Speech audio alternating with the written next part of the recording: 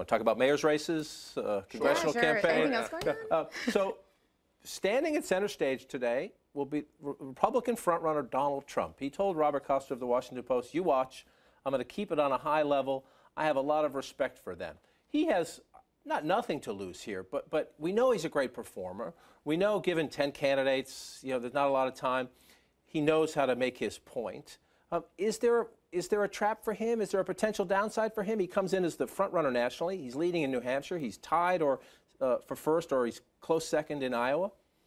I think it's how he responds to people if they decide to attack him, if they decide to go after him. If he is looking like he's lashing out constantly, that's not going to be great for him. And maybe like some knowledge of policy, but I don't think the bar is terribly high for Donald Trump. He is made of nightmares for the establishment no matter what. He's not going to change any minds there. Is this where they go after him? I mean, the Republican frontrunner, the man who will be the Republican frontrunner, and you're allowed to change your position in politics. It happens. But he is for universal health care, he said. Once he said he was quite liberal on health care when he was thinking about running for the Reform Party nomination back in 2000.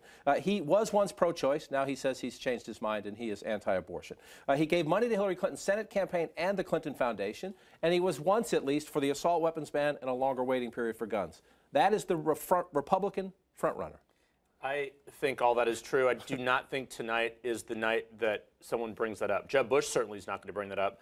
Scott Walker is not going to bring that up because that would be picking a fight with him when he's at his top of the game here. I think that Donald Trump's big challenge here is if he starts to look more presidential, more boardroom Donald Trump, more serious Donald Trump, gosh, some of the people who've really liked what they've seen over the last several months may be like, wait, that's not the guy we've seen. We like the bombast. We like all that. But, John, you're totally right on that. If this is the first debate, if we're at debate number 4 or 5 or 6 and he's still leading, all of his issues are going to be front and center. But tonight, I'm not sure is the night for one of these candidates to bring it up. I think it more if he grows. He comes in at 20-something in the national polls. If he starts to grow, then someone will use the other weapons, meaning TV ads probably. Somebody will have to, at some point, spend money.